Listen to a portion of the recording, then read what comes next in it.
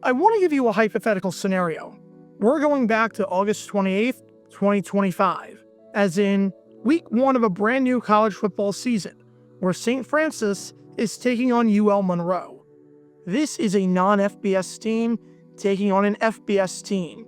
In other words, this is a guarantee game, where the stronger school plays a weaker school to come there, start the season off on a high note barring an insane upset, and just beats up on them in exchange for money.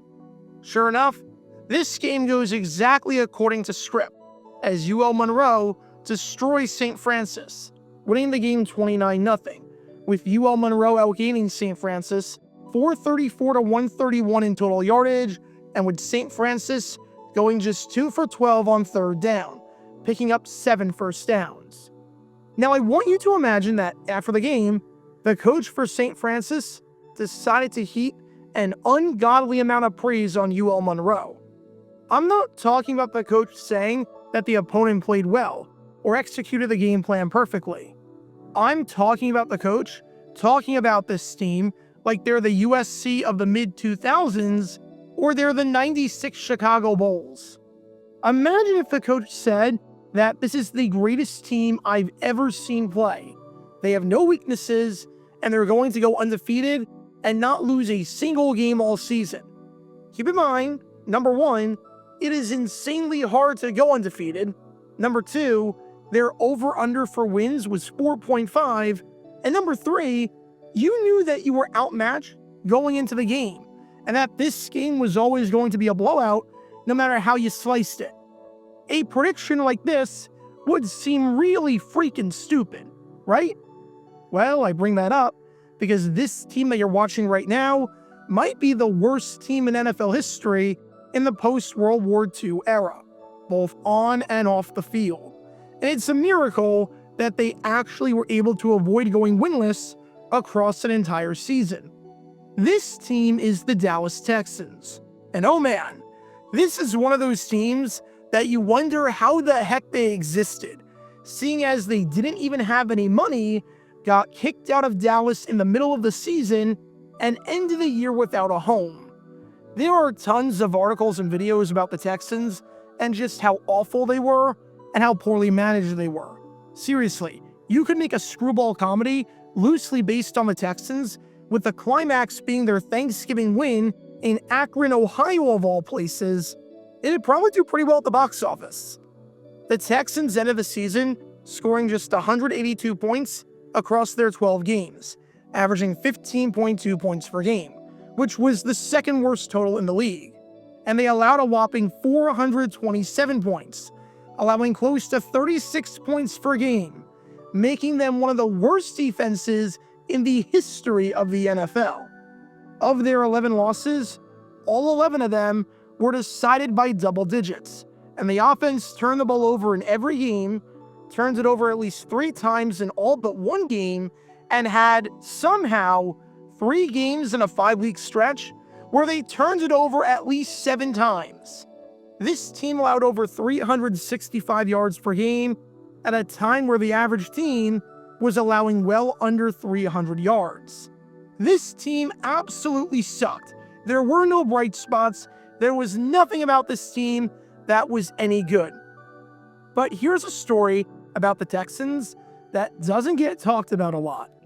Because during one of their games, their coach, Jimmy Phelan, was so blown away by how well the opposition played, even though the opposition was just beating up on the worst team ever assembled, that he made a bold declaration that, to the surprise of no one, turned out to be completely and utterly false.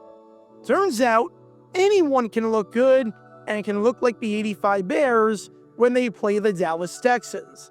But Phelan didn't seem to get the memo, as he may have jumped the gun just a little bit. Because this is the story behind one of the dumbest predictions in NFL history, and one of the dumbest things that a coach has ever said after a game. Make sure you hit that like button down below, subscribe, hype up that video, and turn on the notification bell so you don't miss a single video that we post on the channel, because we post every single day on here about the weird and the wacky history of the NFL, with stories like this one that you may not have heard of before. So if you like that sort of stuff, then this is definitely the place for you. Thanks in advance for liking and subscribing, and for hyping up the video, and for helping us grow this community. And with that in mind, let's talk about the time that the Dallas Texans head coach thought that the San Francisco 49ers were going to win 49 straight, or something like that.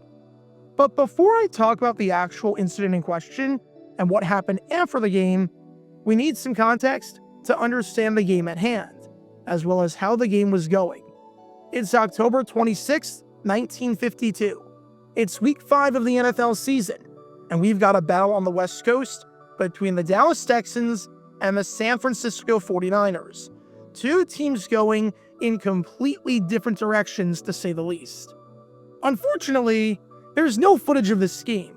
However, somehow, there is footage of this one, where the teams met earlier in the season back in week 2, and the Niners won that game 37-14. So that's what you're watching right now. The Texans suck both times, so you're not missing much. The 49ers enter this game at 4-0, sitting as the lone unbeaten team in the league, although they hadn't really faced any competition up until this point, as none of their wins, especially their one earlier in the month against the Texans, came against teams with a winning record. Meanwhile, the Texans enter this game at 0-4, boasting the second worst offense, the second worst defense, and the worst point differential in the league. The 49ers enter this game as 23-point favorites, which was the exact margin that the 49ers won the first meeting by, and no one, not one single person, was giving the Texans much of a chance to win this game. You might be saying, come on, that's an over-exaggeration. Surely their coach thought they could win this game, right? Nope. Not even their own coach, Jimmy Phelan, thought they'd be any good during this game, saying, let's put it this way, if we win, it'll be a terrific upset. The Dallas club isn't put together yet. It was run down in week 1. We're banged up. Next Sunday, the Rams are more our size. I think we can beat them. Yep, that's inspiring. They were looking ahead to a future opponent, but not in the traditional sense. They were looking ahead because they knew they had no chance to beat this opponent. So make no mistake about it. The Texans knew that they sucked and that the 49ers were going to smoke them. And sure enough, that's exactly what happened, as the second verse was the same as the first, with the 49ers absolutely destroying the Texans, winning the game 48-21, in a game that wasn't as close as the final score might indicate, seeing as the Texans trail 48-7 before scoring 2 touchdowns in the final minute of the contest.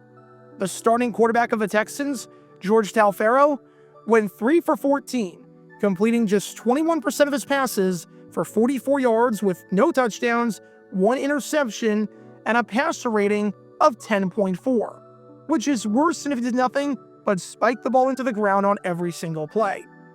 The 49ers outgained the Texans in total yardage by 100, and again, it was roughly a 2-to-1 ratio before the Texans scored some garbage time touchdowns. The Texans turned the ball over 4 times. The 49ers ran for 263 yards on 24 carries, giving them an astonishingly high number of 11 yards per carry. This means that, on average, every single one of their runs resulted in a first down. Yeah, this game was ugly with a capital U, as the 49ers beat up on the lowliest team of all time to improve to 5-0. So after this game, Texans head coach Jimmy Phelan had some strong feelings about the 49ers, having seen them play twice. And again, I must remind you, Phelan knew that his team stunk and that everyone was going to beat up on them. This was not a new phenomenon with the 49ers. But Phelan, despite the fact that the season wasn't even halfway done, proclaimed something bold. The 49ers were going to go undefeated. After the 49ers beat up on the worst team in the league, and a team that even the opposing coach knew was going to suck, the 49ers were going to run the table and make history. Said Phelan on the 49ers, the 49ers have the most versatile team in football. It's possible for them to go through the full season undefeated. He then continued to heap praise, saying, "They're a solid ball club. I think they have a chance to become the only team in pro ball to go through a season undefeated." Obviously, 49ers head coach Buck Shaw refuted this because he knew that this was nonsensical, but that's where we were. Texans head coach Jimmy Phelan was saying, "That's a wrap. This team is going undefeated. I've seen enough." Which, let's put this into perspective here. At the time in NFL history, there had been a grand total of zero, count 'em, 0 teams to finish a season with no losses and no ties, and completely run the table. There had been some teams to not lose a single game, but they had some ties under their belt, with this being before the NFL put in a championship game and a standardized schedule, where teams just couldn't schedule random numbers of games and random opponents that weren't even part of the league, like the Washington Glee Club, the Kewanee Walwards, and the Moline Universal Tractors, all of whom were teams that actually existed.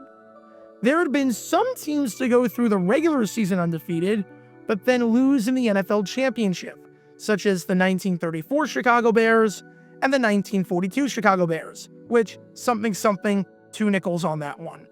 But there had never been a team to run the table all the way, where they finished the regular season unblemished and then won the championship. This is not like Phelan was saying this after the penultimate game of the season, where the Niners would only have to play one more game and then play the championship. This is not like the Dolphins coach after week 16 against the 2007 Patriots saying that the Pats are probably going to pull this off. This was Phelan calling his shot on something almost impossible, and doing so when we weren't even at the halfway point of the season. Phelan even said that his team sucked, but somehow, when the result went literally exactly as he expected it to, and was the exact same result as every other team had put on his team, he thought of the 49ers like this and put them on this pedestal? It doesn't even make sense. But, okay, Phelan called his shot in the most nonsensical way possible. Was he accurate? Nope. Was he even remotely close? Also, to the shock of no one, nope. Because as you're watching right now, as it turns out, the 49ers were just a bang average football team that, when not beating up on the worst team ever assembled, and a team that literally ran out of money halfway through the season, went 500. Because over San Francisco's next 7 games to close out the season, they lost 5 of them, ending the year 2-5 after their 5-0 start. Turns out, it is freaking hard to go undefeated when you're playing teams who actually know what football is and have a budget greater than $0.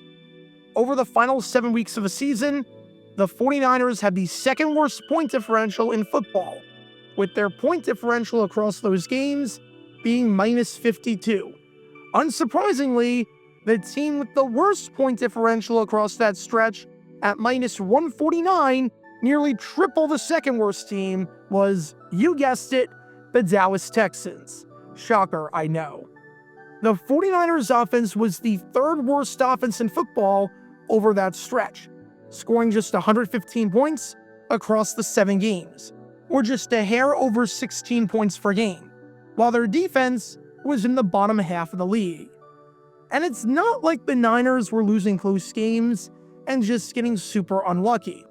In 4 of their 5 losses, they lost by multiple possessions, including games against the New York Giants and Pittsburgh Steelers, where they turned it over 6 times. In other words, Phelan called his shot on his opponent going undefeated, and after calling that shot, they turned out to be, besides his own team, the worst team in the league.